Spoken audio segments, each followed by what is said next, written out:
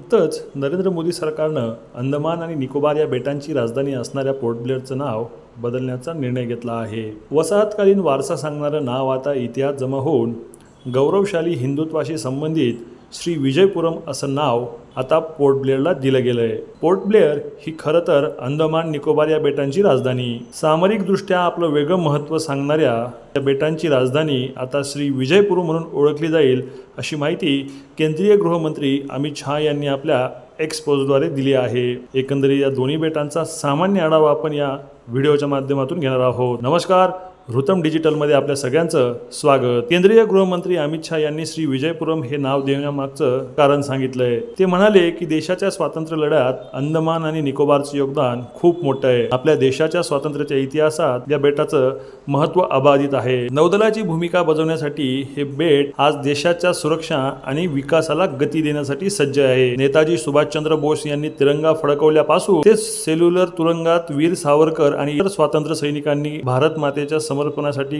केलेल्या त्यागाचं ठिकाण म्हणून अंदमान निकोबार बेटाची ओळख आहे। या बेटाची भौगोलिक आणि सामाजिक परिस्थिती पाहता भारतीय उपखंडात जाण्यासाठी हे बेट महत्त्वाचा मार्ग आहे। आजही भारतीय लष्कर आणि नौदलासाठी एक महत्त्वाचं धोरणात्मक केंद्र म्हणून हे बेट ओळखलं जातं। शिवाय अलीकडे हे बेट पर्यटनाच्या बाबतीत देखील झपाट्याने विकासाच्या मार्गाने आगेकूच होताना दिसतंय। या बेटाचा इतिहास पाहता भारत ब्रह्मदेश आणि अतिपूर्व देशांमध्ये दळणवळणाच्या वाटेवर असल्यामुळे या बेटाची काही माहिती प्रवासी, व्यापारी व चाचे लोकांकडून मिळत असायची। तथापि बराच काळपर्यंत ही बेट दुर्लक्षितच राहिली होती। सर्वप्रथम ही बेट ज्ञात झाली ती निग्रिटो वंशाच्या लोकांना। प्राचीन अरब आणि भारतीय व्यापाऱ्यांच्या लिखाणात याचा निर्देश आढळतो। दुसऱ्या शतकात टॉलमी यानं या बेटांचा उल्लेख विविध प्रकारचे शंखशिल्प मिळवणारे बेट म्हणून केलेला आहे। तर 7व्या शतकात इत्सिंग आणि 13व्या शतकात मार्को पोलो, तर 14व्या शतकातील फायर ओड्रिक, 15व्या शतकातील निकोलो कॉन्टी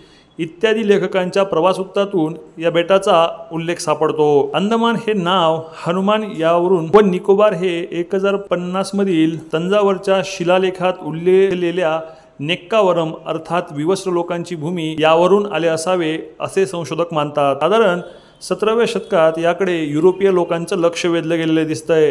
त्यांनी तिथं वसाहती करून तेथील मूळ लोकांचं धर्मांतरण करण्याचा अनेकदा प्रयत्न केला। पोर्तुगीज व फ्रेंच धर्मप्रचारकांनंतर 1976 मध्ये डेन्मार्कमधील लोकांनी या बेटाचा ताबा घेतला। मोरावियन मिशनची मदत घेऊनही यश न आल्यामुळे डॅनिश ईस्ट इंडिया कंपनीनं 1973 मधून इथून काढतापाळा घेतला। अंदमान निकोबार बेटांच्या इतिहासाचे 4 कालखंड पडतात।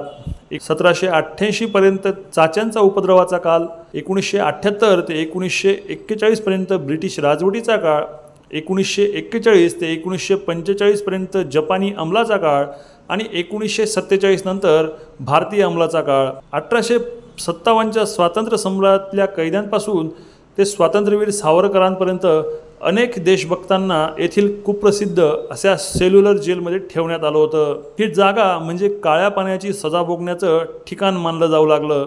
जपान्यांनी 1942 मध्ये या बेटांचा कब्जा घेतला होता व या दोन्ही द्वीपांना स्वयंपूर्ण करण्याचा देखील त्यांनी प्रयत्न करून बघितला होता। पण 1947 नंतर ही बेटे स्वतंत्र भारतात समाविष्ट झाली। भारतीय संविधानाप्रमाणे या बेटांना केंद्रशासित प्रदेशांचा दर्जा आहे। पोर्ट ब्लेअर अर्थात आताचं विजयपुरम हे इथलं राजधानीचं ठिकाण आहे। एक प्रमुख प्रशासक आणि काही अधिकारी वर्गाच्या मदतीनं इथला कारभार चालतो। निकोबार बेटांसाठी एक सहाय्यक प्रशासक देखील असतो। त्याचं कार्यालय कार निकोबार इथं असतं। 1967 पासून या बेटांचा राष्ट्रपतीने नियुक्त केलेला एक प्रतिनिधी लोकसभेत असतो। प्रशासकाच्या शिफारसीनुसार राष्ट्रपती स्थानिक स्वराज्य संस्थांचे प्रतिनिधी निवडतात। सध्या अंदमानमध्ये 26 ग्रामपंचायती व 31 न्यायपंचायती आहेत। निकोबारमध्ये परंपरागत पंचायत पद्धती आहे, तर इथली न्यायालये कलकत्ता उच्च न्यायालयाच्या अधिकार क्षेत्रात येतात। तसंच प्रामुख्याने उल्लेख करता येईल अशी जारवा ही प्रचंड आदिवासी जमात या बेटांवर बहुसंख्येनं आढळते। तर श्री विजयपुरम हे नाव बदलल्यामुळे इथल्या पर्यटन व्यवसायाला कशी चालना मिळेल हे तुम्ही आम्हाला कमेंट करून नक्की कळवा।